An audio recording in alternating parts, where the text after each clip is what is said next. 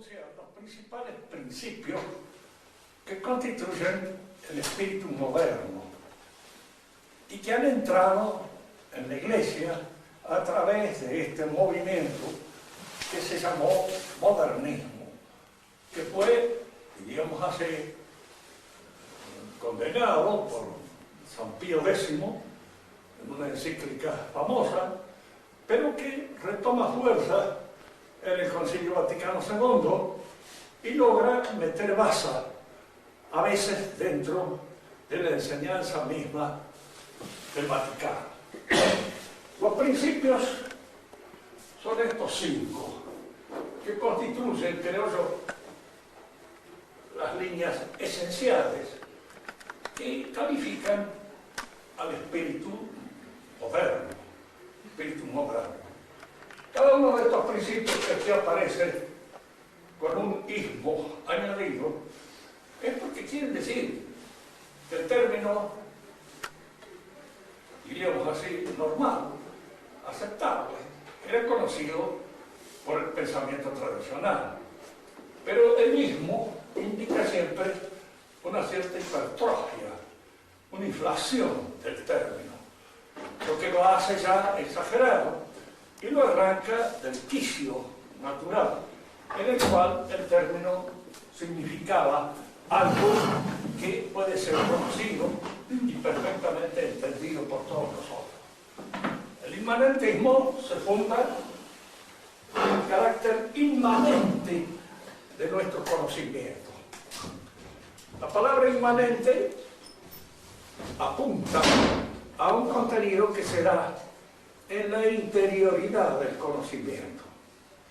Es un hecho que nosotros no conocemos las cosas de una manera exhaustiva, total, completa.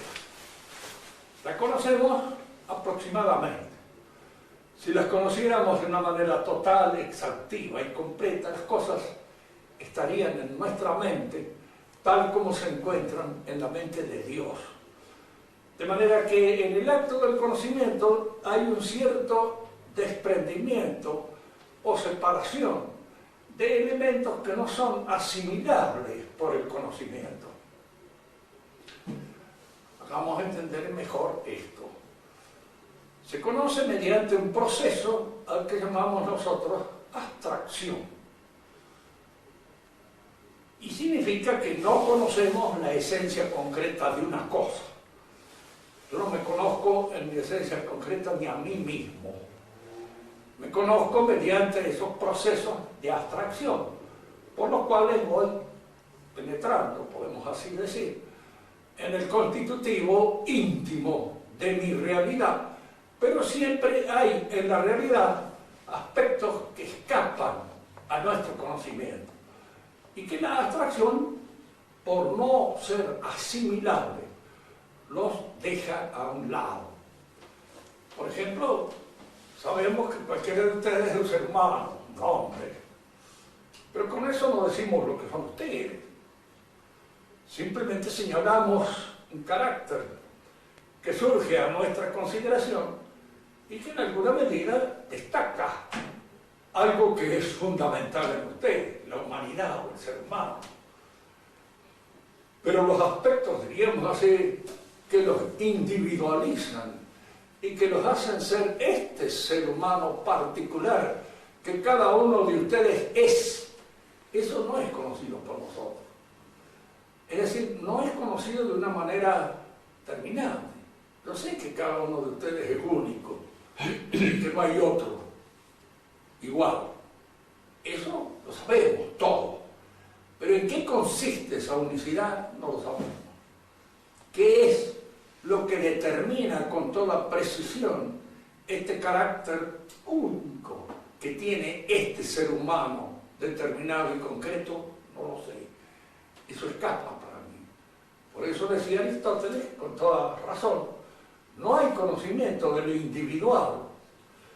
Hay un conocimiento asintótico, acercado de lo que es el individuo, porque hay un retorno a la realidad concreta, retorno que se fija en esta intuición que consiste en la percepción sensible de cada uno de ustedes. Sé que es un ser humano, sé que es un ser humano único, irreiterable, pero no sé en qué consiste esa unicidad, esa irreiterabilidad. Ni en mí mismo la reconozco. Yo supongo que Dios ha querido decir algo conmigo, para eso me ha dado el ser. Pero ¿qué es lo que ha querido decir Dios? No sé, me aproximo. Por eso, a lo largo de la vida, y ya cuento unos cuantos añitos, más o menos uno se da cuenta cuál puede ser a veces lo que Dios quiso que yo hiciera. Que no es exactamente lo que yo quería hacer, pero es lo que Dios quiso que hiciera. Y es lo que surgió de alguna manera de los actos que me han ido constituyendo a lo largo de la vida. Nosotros no conocemos las cosas como ellas son, así en su realidad concreta. La conocemos por aproximación a través de la abstracción. Pero el inmanentismo consiste en que el conocimiento de las cosas es el que nosotros tenemos. Y esa es su realidad y no hay otra. No hay nada fuera de aquello que yo conozco de la cosa. Si yo, por ejemplo, digo, bueno, las cosas son tal como se presentan en mí. No es cierto, así es, tal como se presentan en mí. Y a mí se me presentan también al mismo tiempo como algo misterioso, no totalmente conocido por mí. Y si yo le digo esto al inmanentista, el inmanentista me dice, sí, es cierto, así se me presenta. Y se quedó de ahí. Pero las cosas me indican que son una realidad independiente de mi mente. Sí, efectivamente, eso es lo que me indica y lo que está en mi mente. Es eso, de que son una realidad independiente de mi mente. Usted no lo puede sacar de ahí. Y aparentemente lo que ellos dicen es cierto, pero no dan pie a lo que nosotros llamamos esas evidencias inmediatas que se fundan en el conocimiento sensible. Ustedes son algo distinto a mi inteligencia.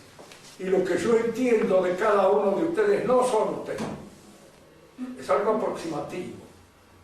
Pero eso porque está fundado en una realidad que se me presenta distinta a mí como evidentemente distinta de inmediato.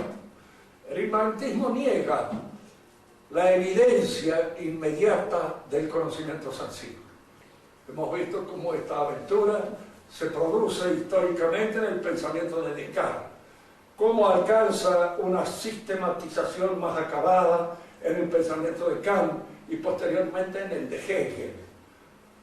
Y más adelante, porque yo doy de todos estos pensamientos en la medida en que van mostrando lo que podríamos llamar sus dificultades para entender, aparece dentro de ese mismo movimiento el pensamiento que lo niega.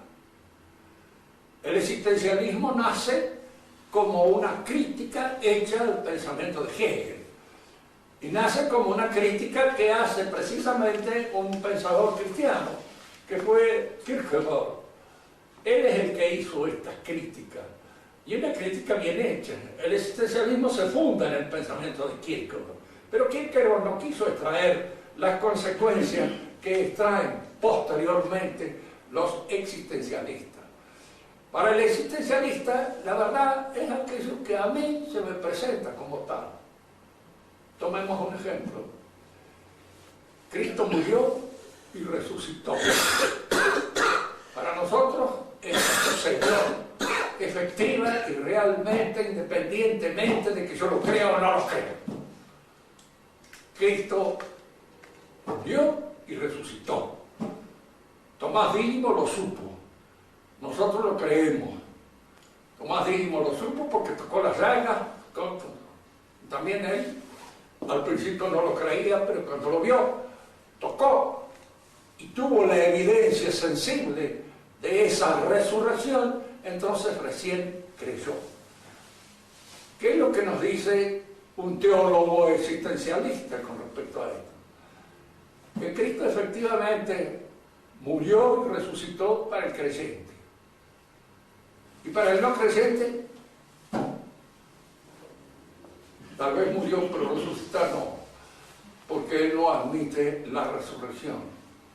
Pero el creyente la admite como un elemento de fe y la hace una vivencia de su propia realidad. Y entonces esto se convierte ahora en una vivencia de aquel que cree. ¿Se entiende esto? Es decir, el que cree inventa la realidad. Por esa fuerza especial que da la fe, según el pensamiento modernista. ¿Qué es la fe para nosotros? Fíjense que aquí hay dos aspectos que distinguir claramente. En el orden común es la aceptación de un testimonio que da alguien, y en el cual yo acepto el testimonio porque no me repugna intelectualmente. Si alguien me dice a veces que ha hecho tal o cual cosa, yo pienso en él primero, el conocimiento que tengo de esto, capaz de haberla hecho, puede haberla hecho. Tal vez piense, no es capaz de haberla hecho, que la ley está macaneando. Dice una cosa por otra, pero lo que está diciendo es falso. Es decir, el testimonio puede ser aceptado mediante un movimiento inteligente. Es la inteligencia la que adhiere al testimonio. Y al mismo tiempo es la voluntad la que cierra el testimonio. Porque a veces alguien nos ha contado una mentira, pero yo le quiero creer. El marido engañado siempre cree lo que le dice a su mujer. Y en un momento determinado puede resultar que lo que le dice a su mujer no sea del todo cierto. Pero quiere creer. Porque a veces por razones de tranquilidad, para no tener que preocuparse y para no tener que pensar que en realidad es un marido engañado. Entonces, no queriendo pensar eso, acepta lo que dice su mujer. Entonces, fíjense, siempre en la fe hay estos dos elementos. El elemento inteligente, que es el que formalmente determina el carácter de la fe. La fe siempre es un acto de inteligencia. Siempre es un acto de inteligencia. La inteligencia acepta. ¿Por qué? Porque no lo encuentra repugnante, porque no lo rechaza, porque no le resulta mal. A veces, fíjense que aceptamos lo que nos dice un testigo y tenemos del testigo la peor idea que puede darse. Alguien nos dice que ha cometido una barbaridad, nos dice, este es tan degenerado que es capaz de haberlo hecho. Y creemos en lo que nos dice nada más que por el conocimiento de su maldad, de su incapacidad de obrar bien. Pero aquí es donde nosotros entramos en un misterio. La fe esa es la fe natural, lo que llamamos la fe confianza. La fe puesta en la palabra de alguien, de un hombre, de una persona. Pero cuando alguien nos dice, Cristo es Dios, es la segunda persona, el verbo encarnado, como diría el padre Buela. Nosotros podemos pensar entonces que Cristo es Dios. Y si aceptamos que es Dios, lo aceptamos por lo que podríamos llamar nosotros una aceptación de tipo natural. No. ¿Por qué? Porque naturalmente ningún hombre puede ser Dios.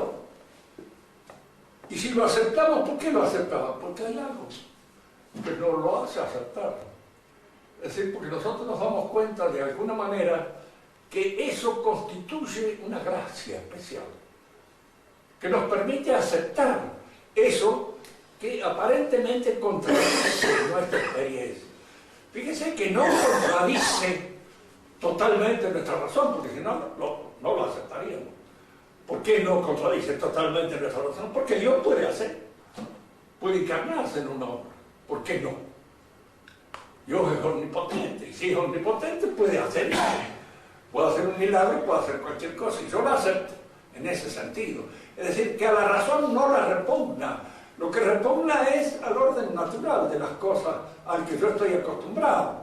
Y entonces, por fe puramente natural no lo acepto, pero lo acepto por esta imposición sobrenatural de la fe que Dios me dio. Para el modernismo la fe no es esto. La fe es una especie de vivencia especial. Es decir, es en el hombre una especie de predisposición que nace de lo que podríamos llamar su vacío ontológico. El hombre no es completo si en alguna medida no lo plenifica en alguna medida la presencia de Dios. El hombre es un huérfano de esa presencia y el hombre busca esa presencia, todos los hombres. Entonces hay en él un deseo de infinito, hay en él un deseo de encontrarse con el sumo bien, y este deseo de encontrarse con el sumo bien es válido para todos los hombres. Fíjense que eso no es la fe según nuestra tradición, eso es la fe según el modernismo. Indudablemente esa fe está tanto en el maometano como lo está en el judío, como lo está en el budista, como lo está en mongo, cualquiera. Todos ellos pueden tener esa fe porque en todos existe ese vacío de encontrarse con el infinito y esa necesidad de encontrarse con el infinito. Y es este tipo de fe, esa especie de sentimiento de vacío que trata de llenarse con la planificación del ser, lo que constituye la fe inmanentista en el modernista. Y por eso explica también de que para el modernista todas las religiones son válidas, todas. ¿Por qué? Porque tratan de llenar ese vacío. Y ese es un vacío constitutivo de la naturaleza humana. Si es un vacío constitutivo de la naturaleza humana, no es una gracia sobrenatural. ¿Entiendes? Es algo natural en el hombre, no algo sobrenatural. Hay entonces en el modernismo una noción de fe que la naturaliza, que le quita su sobrenaturalidad y la convierte en algo natural. Y entonces ya no hay una clara distinción entre lo que es en nosotros naturaleza y lo que es gracia. ¿Entiendes? Y esto es lo grave, porque incluso aún dentro de la enseñanza del Vaticano, esta confusión en muchas partes se da. Les diré que los modernistas en general, y sobre todo a través de los distintos documentos con que el Vaticano nos dice o nos da a entender sus creencias, tienen la gran virtud de hablar un lenguaje que no sé si ellos lo entienden, pero que nosotros no lo entendemos, de eso es con toda seguridad. Ya me decía un viejo profesor español, pues sí, es ambiguo, pero hay que entenderlo bien. ¡Oh, hombre! ¡Qué noticia! ¿Cómo lo entiende usted? ¿No es cierto? Es claro, pero no es eso lo que está escrito, porque no lo ha escrito usted como lo entiende usted, lo han escrito ellos, de una manera ambigua y de una manera que permite la confusión. Y esa es la realidad del texto, diríamos, ambiguo, que yo lo entienda a mi modo, para tranquilizar mi conciencia. Así lo que dice el Papa y lo que ha dicho siempre todos los papas, no es así. A mí personalmente no me gusta engañarme. Que a otros les gusta engañarse, no, a ellos tranquilicen su conciencia y digan, lo que está enseñando actualmente el papado es lo que enseñó siempre. No es lo que enseñó siempre. Lo que está enseñando actualmente es algo bastante distinto en algunos aspectos de lo que se enseñó siempre. Sobre el historicismo hemos hablado en la clase anterior. Es decir, aquí la historia es convertida en una especie, diríamos así, de mito, de ente fantástico, que tiene, diríamos así, una cierta independencia ontológica. El hombre está inserto en la historia como cuando nosotros nos metemos en un torrente y ese torrente nos empuja hacia el lugar, hacia donde corre el torrente.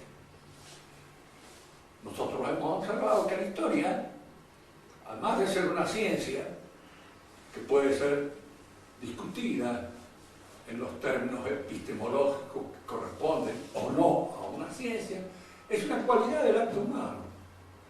Y no tiene independencia ontológica. Es una cualidad que condiciona, diríamos así, matiza, le da al acto humano un colorido especial. Ustedes son hijos de esta época. Hay acontecimientos históricos que condicionan el pensamiento de ustedes. En primer lugar, lo les explicaba, la conquista española hace que todos nosotros, cualquiera sea nuestro origen, algunos somos de origen español, pero otros no, estamos hablando español. ¿Por qué hablamos español? Por ese hecho histórico que fue la conquista de estos territorios hechos por España. Y eso condiciona nuestros actos. En primer lugar, nos impone un idioma, es ese idioma que hablamos. Y en segundo lugar, están imponiendo una serie de actos anteriores, sean personales, familiares o políticos, es decir, actos que pertenecen a la sociedad civil, están condicionando nuestro modo de pensar, nuestro modo de obrar, nuestro modo de actuar, pero no los determinan. Por lo demás, los hechos históricos pueden ser hechos, diríamos así, que animan, que entusiasman, que en alguna medida nos alientan. Y puede haber hechos que desalientan, desaniman y quitan el entusiasmo. Si nosotros examinamos nuestra historia, hay hechos vergonzosos, muchos, no pocos, muchos hechos vergonzosos, de los cuales es mejor ni acordarse. Fíjense que la memoria en general tiene esa virtud, se olvida también de ciertas cosas que presionan nuestra inteligencia. Nos olvidamos por razones de higiene. Para no tener que recordar porquerías que hemos hecho en un momento determinado. Y las olvidamos. Y mejor ni recordarlo. Por ahí siempre aparece un enemigo del hombre que nos hace recordar un acto vergonzoso en el cual hemos sido protagonistas. Y entonces, si no te genera una memoria inmunda, está aquí haciéndome recordar una cosa que yo he tratado de tener en el desván de las cosas que no existen. En los hechos históricos a veces pasa lo mismo. Recordamos aquellas cosas que son estimulantes y tratamos de olvidar las que no son estimulantes. Pero hay actos estimulantes y actos que no lo son. El historicismo no es optimista. Todos los actos de la historia van llevando a un final feliz, al happy end, final feliz. Bueno, así, el beso del muchachito y la muchachita. Pensé que generalmente la vida no termina así. La vida termina en un velorio. No digo la mayor parte de las veces, sino todas las veces. Todas las veces terminan. Es decir, que la vida es o nos lleva a nosotros individualmente considerados a una situación de violencia catastrófica. ¿Qué es así? Uno va, pero usted es muy pesimista. No, vos sos optimista, sí. Vas a seguir viviendo después de muerto, con toda seguridad. Te felicito, porque yo personalmente sé que nuestra vida termina, y no termina a gusto nuestro. Termina siempre de una manera que nos disgusta realmente, porque el hombre fue condenado a muerte. Y si el hombre fue condenado a muerte, es porque la muerte es un acto violento. Ojalá morirse sea como ir a dormir. Entonces uno dice, bueno, al fin, pónganme el cajoncito, yo me meto adentro, muy tranquilo y duermo al resto de mi existencia. Pero no sucede eso. Sucede que la muerte es violenta y es algo que nos atosiga en un momento determinado que no queremos y que no la deseamos de ninguna manera. A veces la podemos desear porque nos está resultando más incómoda la vida, pero eso es peor, porque entonces ya deseamos la muerte por la incomodidad que nos produce el tener que existir. Estos historicistas son optimistas, ellos suponen que sí, efectivamente, en cada uno de nosotros el final es trágico, pero entre todo, qué magnífico que Buscan ustedes entidades absolutamente negativas y les va a dar un guarismo positivo. En las cosas del historicismo hay ese optimismo totalmente imbécil. Es como aquellos que dicen, sí, esta generación se sacrifica, pero la que viene, va a ver qué feliz que va a vivir. La revolución se forma generalmente en esas cosas y en una imbecilidad de esa naturaleza. Es decir, hace pensar siempre a alguien que espera algo que le va a suceder a otro, que tampoco sabe quién es. Porque el que va a venir, o el de esa generación feliz, que van a recibir los beneficios de la revolución, ustedes no los conocen. Ni saben si van a ser felices con la revolución. Usted supone que sí, porque los revolucionarios son todos optimistas. Nosotros estamos condenados mal, somos los reventados. No dicen así, hay un montón de chicos que van a oír decir, ustedes somos una generación de reventados, pero la que viene, que se va, diríamos, a enviver en una atmósfera, diríamos así, de plenitud que nosotros no conocemos. Es como esperar algo que no esperamos en función de otro que ni sabemos quién es. Es decir, algo absurdo, totalmente, y que es lo que constituye este optimismo historicista. Pero acá es donde viene algo al servicio de todos estos pensadores modernos y que lo introducen también dentro de la Iglesia, es el evolucionismo. Fíjense que las cosas evolucionan, es un término suave. La enfermedad evoluciona. Ahora que evolucione para bien o para mal, bueno, el médico se puede saber. Va siguiendo una buena evolución, va siguiendo una mala evolución. El fuego que termina en una casa evoluciona, hasta que consume la casa.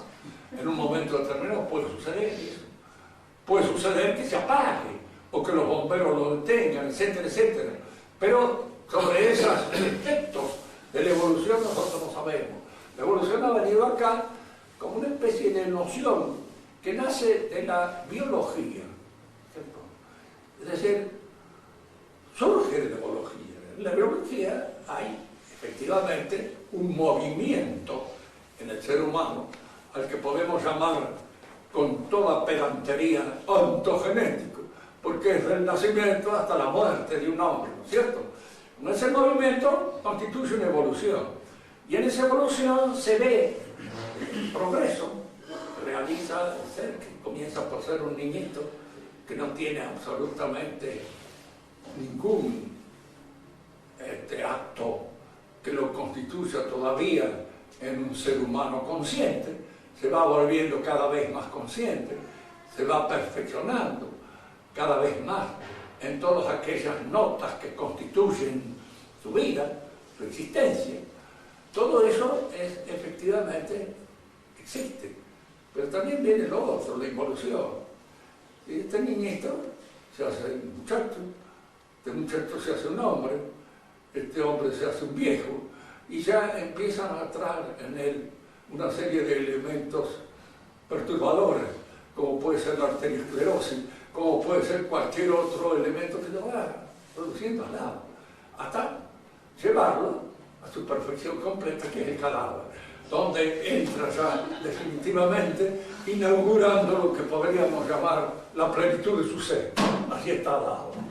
Porque ya ni oye, ni siente, ni nada. Yo he perdido el oído, he perdido la vista, he perdido el olfato, pero todavía me queda el tacto, y entonces por esa razón todavía no he logrado completar el cadáver.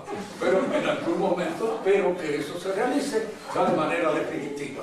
En estos evolucionistas aparece ese movimiento ya no solamente como un movimiento ontogenético perfectamente explicable en términos de sentido común, sino como un movimiento que afecta a toda la realidad biológica o psicofísica.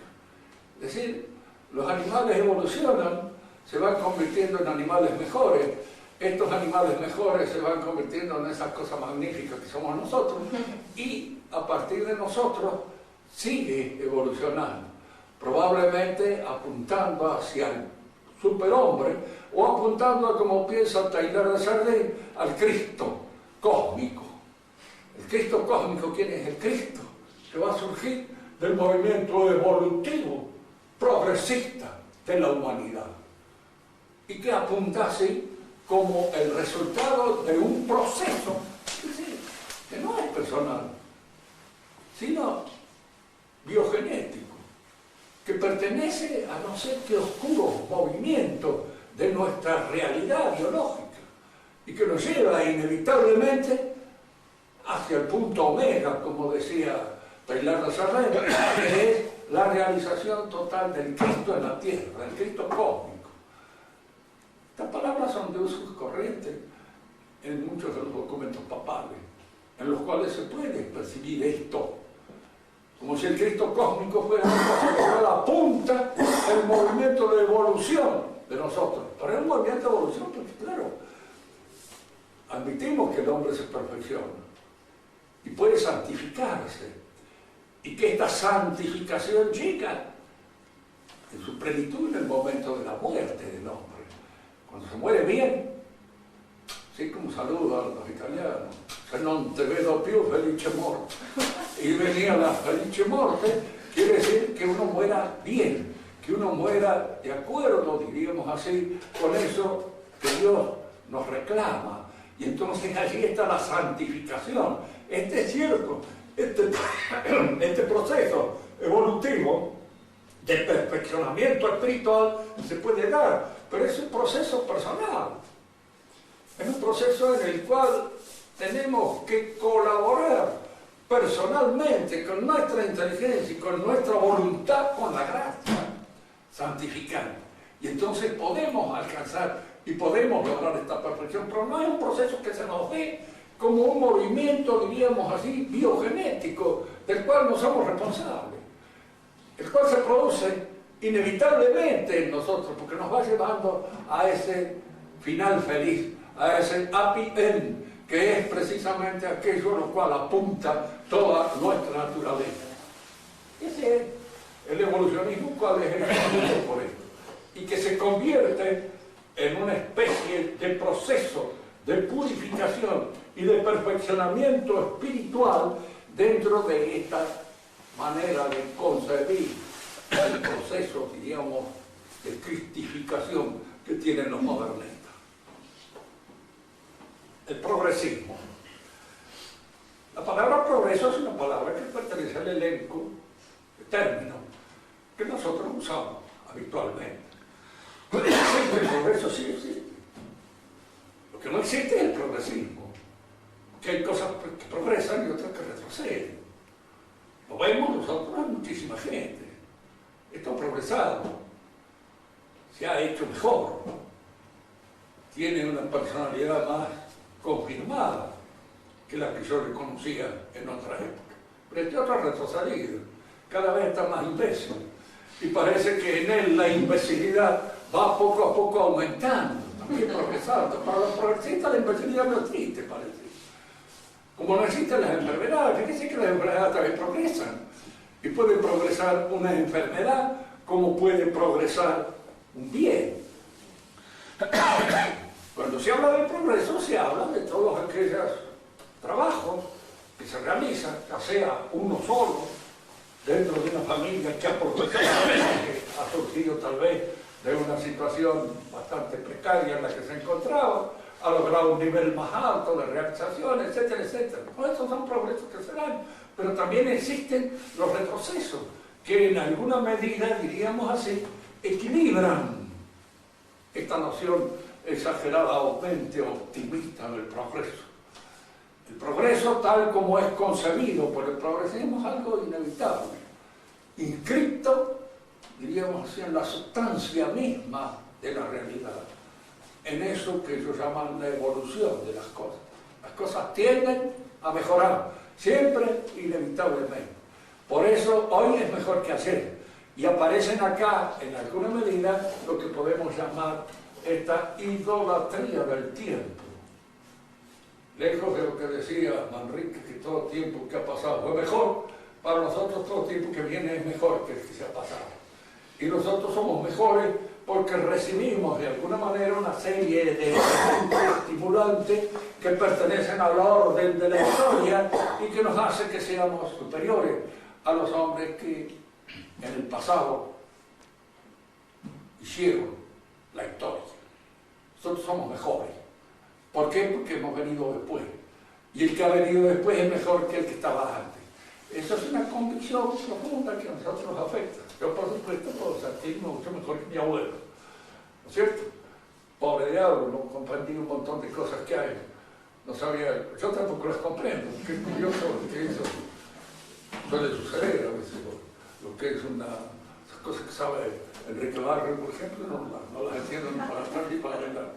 Él me habla de IBM o de esto, del otro, de computadora y no entiendo nada. Pero tampoco mi abuelo las entendía con toda seguridad. Pero esto le podría dar progreso a todos mis nietos porque sí, eso las entienden. Y las entienden bien porque se ha creado una atmósfera en la cual reciben todos esos elementos y son capaces de manejarlos con holgura, cosa que yo no puedo hacer. El progreso entonces es también una idea que entra. Y así como progresan los hombres, o progresan las sociedades, que cada vez se van haciendo mejores. Y esto lo leen ustedes a veces en documentos papales, lo dicen. Las mujeres al fin se han logrado liberar de un montón de cosas. Se han logrado liberar del peso de los hijos, por ejemplo. Pueden evitarlo tranquilamente, sin dejar de tener las relaciones que corresponden. Pero se han evitado o se evitan o logran el peso de la fecundidad. Es una gran liberación. Se han liberado de la familia. Ya no pesa sobre ellos más la familia. Yo conocía un montón de muchachas que pertenecían en mi pueblo y que se han ido a Buenos Aires liberándose del peso de la familia. Lo que no han podido liberarse es del peso del gerente, ni han podido liberarse del peso del dueño de la fábrica donde trabajan, ni el peso de un montón de seres que se encuentran allí desde ese momento sustituyendo al padre y que lo mandan con toda seguridad de una manera mucho menos cariñosa de aquella en que podía mandarlo al padre. Pero se han liberado y han logrado hacer su vida. Esto de ser su vida significa precisamente liberarse de todo. Fíjense que es, de alguna manera, el resultado más profundo de nuestra época neomoderna. Nos estamos liberando de todo. Nos estamos liberando, las mujeres se liberan de nosotros nos liberamos de las mujeres. Sí, porque ese es el resultado. Resulta que yo siempre he pensado que un hombre y una mujer que se casan se hacen mutuamente. Porque a un hombre lo hace una mujer y a una mujer lo hace un hombre. Y entre los dos se hace, como madre y como padre. Pero en la actualidad no hay necesidad de eso, yo me he liberado de eso. Ni quiero ser padre, ni quiero ser madre, ni quiero ser un pito.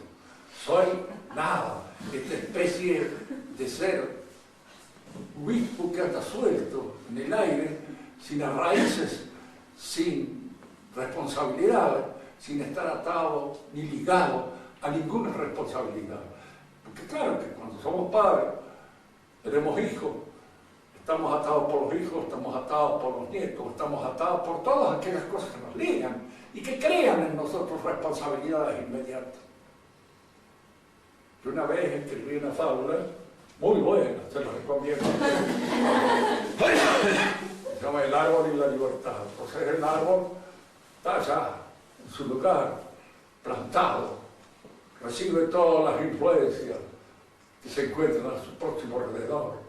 El sol, el aire, la lluvia, atado a la tierra. Y la tierra recibe el jugo nutricio que lo sostiene. Un día viene la serpiente y le dice, no te da vergüenza, grandote, estar aquí aplastado como un infeliz, recibiendo de la tierra esa nutrición, cuando podrías convertirte en un hermoso tronco que sirviera de alguna manera para que construyeran un barco y pudieras andar por todos lados del mundo, cruzando las aguas, viajando, viendo distintas cosas. Y el árbol escucha, claro, la serpiente lo convence un poco. Y dice, ¿cómo puedo hacer eso? Y dice, mira, dice, los hombres te pueden hacer y convertirte mañana en un barco de madera. Eso, pero los hombres son unos desgraciados, que van a querer hacer leña conmigo. Ahora dice, pero no son imbéciles. Si se trata de negocio, van a saber qué negocio es el que vos podés producir.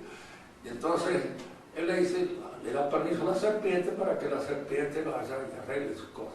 Vienen los hombres, los talan, los arrancan, le cortan las raíces, lo despojan de sus ramas, lo convierten en un tronco, lo suben hasta una corriente y lo tiran al agua para que se lo lleve la corriente al lugar donde lo van a recibir en el aserradero. Y entonces la serpiente le dice, ahora sí sos libre. Y el alguno dice, no, pues claro, realmente es libre, pero dejó de ser un árbol. Se ha convertido en un tronco vacío, solo.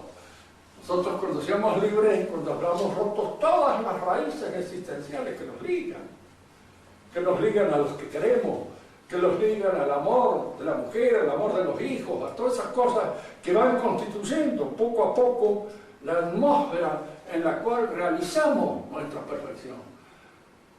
Porque nuestra perfección es esa, es entrar en este bien común que significa realizar aquellas cosas que nos hacen ser miembros de una sociedad.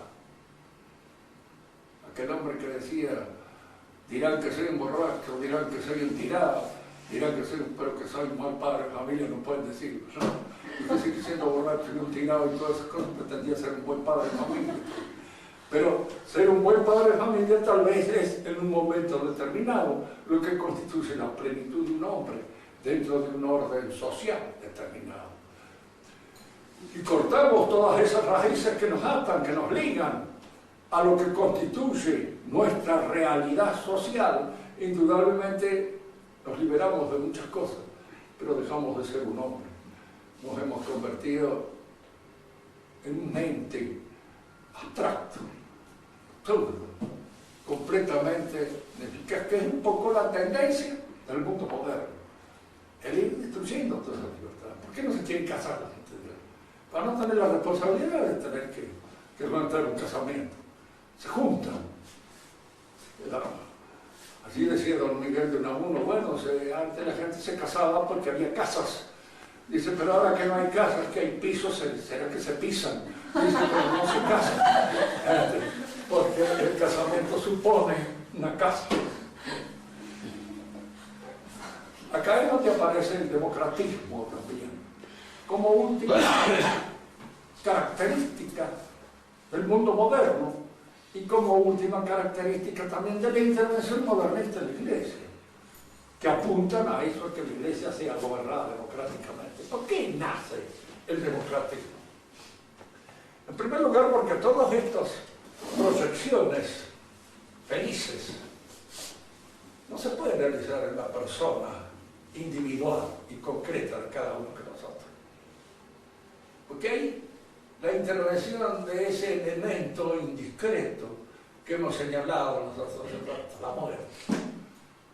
Mete la pata y se nos arruina todo nuestro proyecto. La muerte individual es un hecho. Es un hecho que nosotros concluimos en la muerte. Y que la muerte significa la cesación de todo movimiento de perfección, por lo menos acá, en este mundo. Si hay otro, la fe lo dirá, pero nosotros desde un punto de vista puramente natural no lo podemos decir. Entonces, ya que no lo podemos realizar nosotros personalmente, puede esto ser realizado colectivamente. Es decir, la colectividad aquí asume la responsabilidad del happy end. No hay happy end para mí, pero hay para la colectividad. Fíjense ustedes el sofisma, porque si no hay happy end para mí, que se lo cuenten a otro. El happy end de la colectividad que no es para nadie y no es para ninguno absolutamente de sus miembros. Primo. En segundo lugar, la democracia, lo hemos señalado en algunas oportunidades acá, es un camelo publicitario. No existe. Decir que existe el gobierno del pueblo por y para el pueblo es un macanazo grande como una casa. Ese gobierno no se ha dado nunca, jamás en la vida, no. Los griegos conocieron una democracia que era el gobierno de esos que llamaban demos, que no era toda la población de Atenas. Era el grupo de la gente más o menos libre, que tenía una cierta independencia económica y que tenían holgura como para ir a reunirse en un congreso y en general allí manifestar sus opiniones o lo que ellos pensaban. La democracia anduvo en Grecia incluso con esta mención, es decir, Atenas en la época de la democracia podía tener 250.000 habitantes y los habitantes que correspondían al demos en un sentido muy lato y muy general podían ser 30.000, pero los que iban a los congresos podían ser unos 5.000, de manera tal que el gobierno ese del demos no era tal cosa. Y anduvo bien el demos en la medida en que el demos se demostró lo suficientemente inteligente como para confiar en la cabeza de Pericles. Y fue Pericles el que constituyó lo que dicen una monarquía de la democracia. Que él era el que solucionaba los problemas. El demo era lo suficientemente inteligente como para darse cuenta de que él era el que los podía resolver. Y entonces lo votaban y de alguna manera estaban de acuerdo con él. Cuando él murió, la democracia entró en un colapso y en poco tiempo desapareció, porque no puede mantener. Ahora, la democracia entre nosotros, la cosa más absurda que hay en el mundo. Un griego se espantaría de pensar de que un chico que tiene 18 años de edad, que puede ser medio imbécil, ¿verdad?, vota igual que un señor que, además de ser más grande, de tener una serie de responsabilidades sociales, es mucho más inteligente. El voto de uno y de otro vale lo mismo. Y piensen ustedes que la mayor parte de la gente que vota a veces ni sabe por quién votan. Y votan nomás a la buena de Dios, porque generalmente para reventar a uno, a otro, a aquel, al de más allá, para contrariar las posibilidades de que este suba, de que no suba, etcétera, etcétera. Toda la mezcolanza de la situación espiritual de cada uno de los votantes es increíble, y hay que examinarlo. Yo generalmente he votado siempre por el que sabía que iba a perder para no tener que arrepentirme después de lo que he votado. Y eso en la época en que tenía que presentar mi libreta, así para que vieran que había votado, porque si no, ya después de eso no voté nunca más. De manera que mi libreta está limpita, casi hay 2 o 3 votos nada más en los 84 años que llevo viviendo en este mundo. Es decir, que me parece una cosa completamente estúpida, porque votar por un tipo que no conozco ni sé quién es, en una situación de que no sé cómo la va a resolver, y después pensar de que por ese acto imbécil de ir y depositar una boleta en una urna en un momento determinado, yo gobierno, como para morirse de risa y quedar seco de risa, ¿verdad? Es una absurda. ¿Quién es el soberano? El que manda. ¿Y quién es el que manda? Ni un solo. Que da de la rúa con toda seguridad que no. Debe ser otro que manda. Y puede ser un grupo, etcétera, que anda detrás de las cuerdas de todos estos y que es el que manejan con su dinero las bambalinas de este mito democrático. De manera que la democracia en sí mismo significa, en el orden del gobierno, la destrucción de toda autoridad y la aparición de toda irresponsabilidad. Son gobiernos caros, porque hay que pagarles a un montón de atorrantes que viven precisamente de juntar los votitos que pueden costar, a favor de este o de aquel, incompetente, como lo estamos comprobando nosotros de una manera bastante trágica, pero que es así. Y a mí me podría decir un demócrata, porque usted cree que los militares no creen nada. La dictadura a veces, si da con el buen dictador, es bacanuda, pero si da con uno malo. No. Y entonces, ¿qué nos ofrece? Usted lo que no le ofrezco nada. votar por el que se les dé la gana, voten por Menem, voten por esto, por aquello, lo que sé que con esto no se anda. Y que el mito de la democracia es un mito.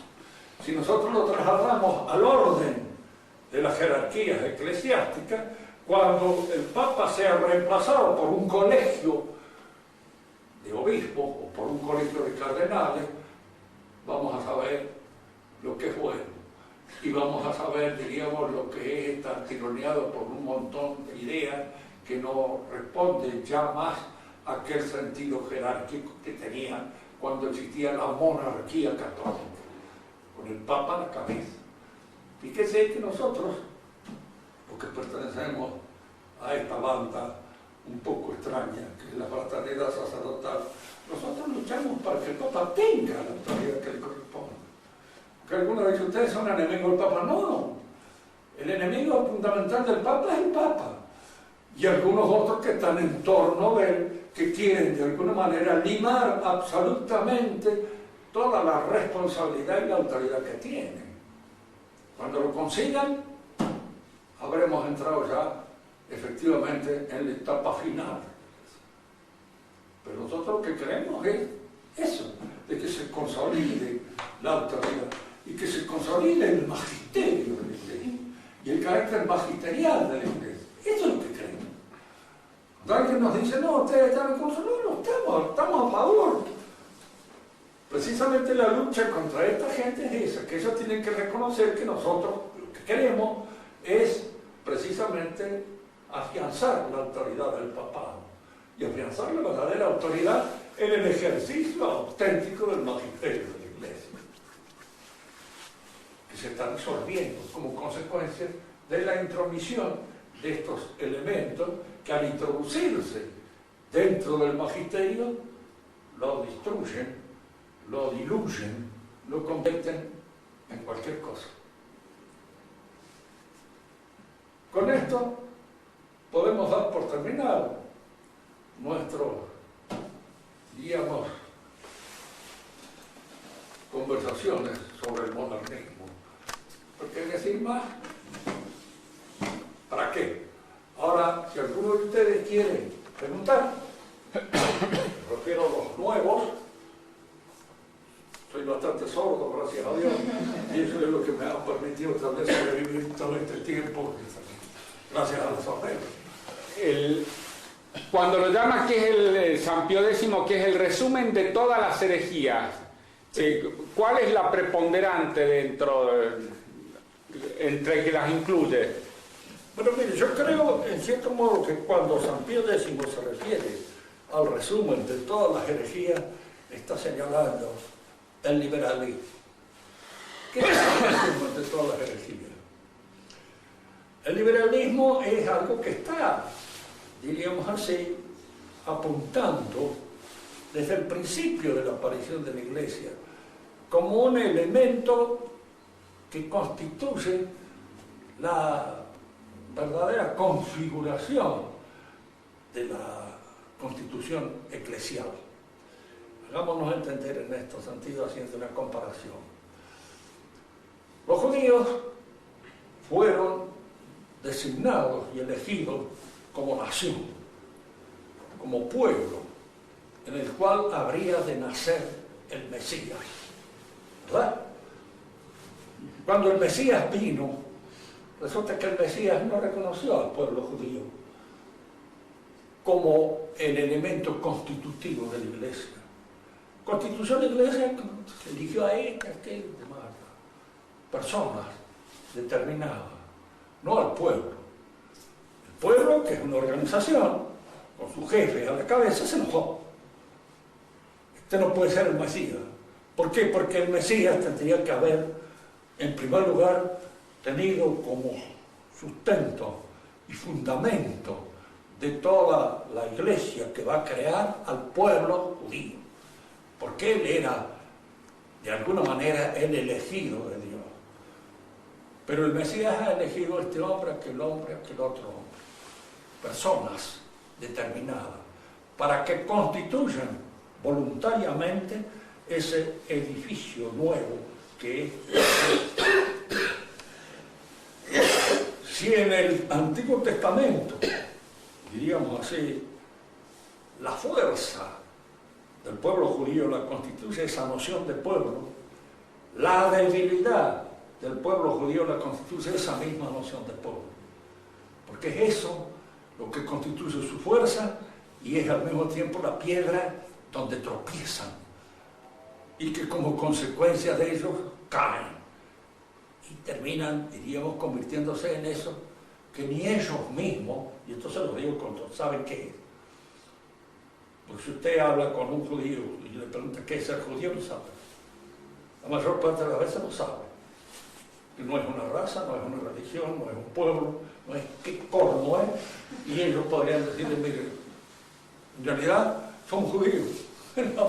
¿Y qué consiste ser judío? No sé. Existe en cualquier cosa. Pero ya no es algo definido, claro. En el mundo cristiano, esta designación de estos apóstoles determinados con los que Cristo constituye su iglesia es una designación y una elección personal. Entonces, fíjense, el personalismo constituye la fuerza del cristiano, porque cada uno de nosotros tenemos en colaboración con la gracia que santificar y que hacernos santos, cada uno de nosotros. Y eso no es encomendado a cada uno de nosotros. Porque los sacerdotes podrán ayudarnos a santificarnos, pero no nos pueden hacer santos por decreto. Va a decir, bueno, desde usted es santo. Bueno, fíjense que los únicos que aparecían así santificándose por decreto eran los cátaros, eran los santos, se designaban a sí mismos santos, lo cual ya es un peligro espantoso. Yo no conozco ningún santo que se haya designado como santo. Lean las confesiones de San Agustín y verán que lo que yo le digo es, nunca creyó que fuera santo. Para nosotros es un santo, San Agustín, pero para él no era un santo. Para él era un hombre lleno de debilidad y lleno de alguna manera, diríamos, de malas tentaciones, de malas inclinaciones, que constituían el ser de cada uno de nosotros. Entonces, eso que es la fuerza de cada uno de nosotros, que tenemos que convertirnos en santos, hacernos santos, es al mismo tiempo la tentación de la debilidad. No podemos ser santos sin tanto esfuerzo, sin tener que hacer todas esas cosas que hay que hacer para poder santificarse, sin tener que realizar todo eso. No podríamos hacerlo así, diríamos así, al convertirnos en miembros del Partido Radical, o en miembros del Partido Comunista, o en miembros de cualquier otro partido, porque cada uno de esos partidos le ofrece a usted una suerte de santificación hecha a la medida de cada uno de nosotros. Pues son liberales.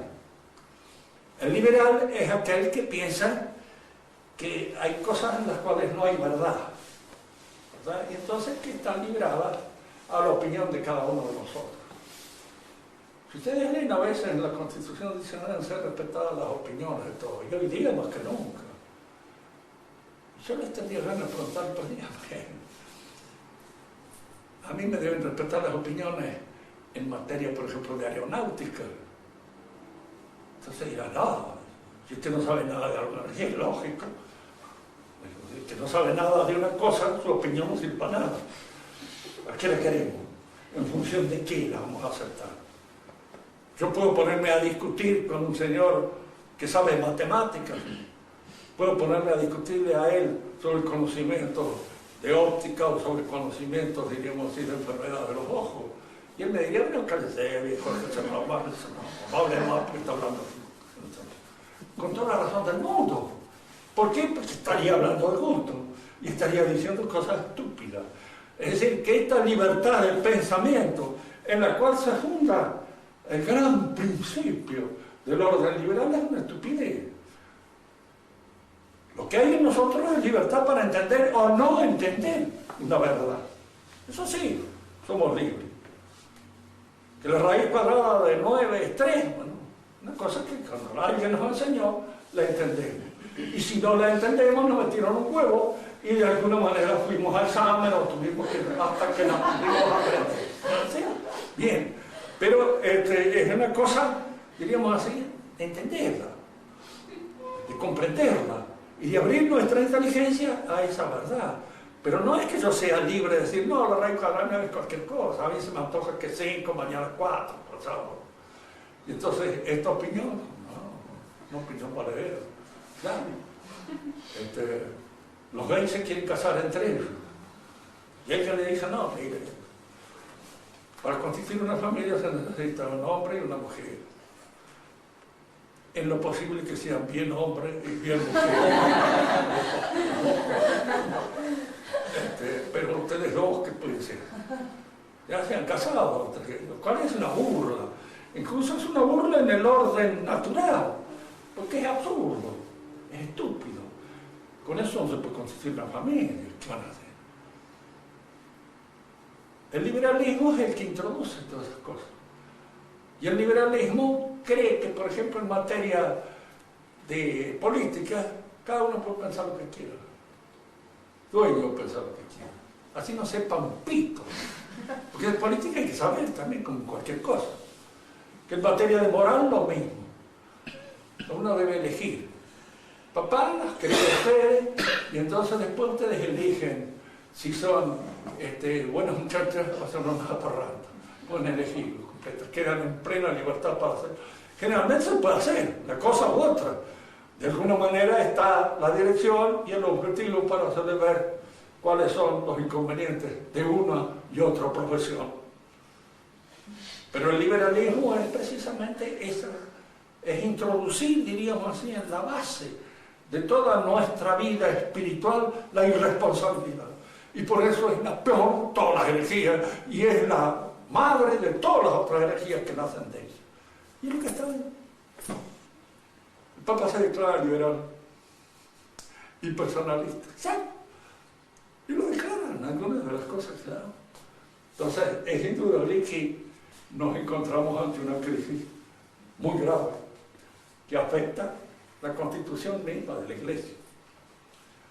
Uno confía en que la Iglesia tiene la asistencia divina y que se va a defender de alguna manera, pero esa asistencia divina exige por parte de nosotros el apoyo, la comprensión, porque si no apoyamos y no comprendemos, no nos vamos a salvar. Y por eso, diríamos así, uno está en el lugar en que está. Y estos sacerdotes están actuando precisamente para que esa rectificación se produzca. Otra pregunta, Enrique. ¿Qué dice, padre?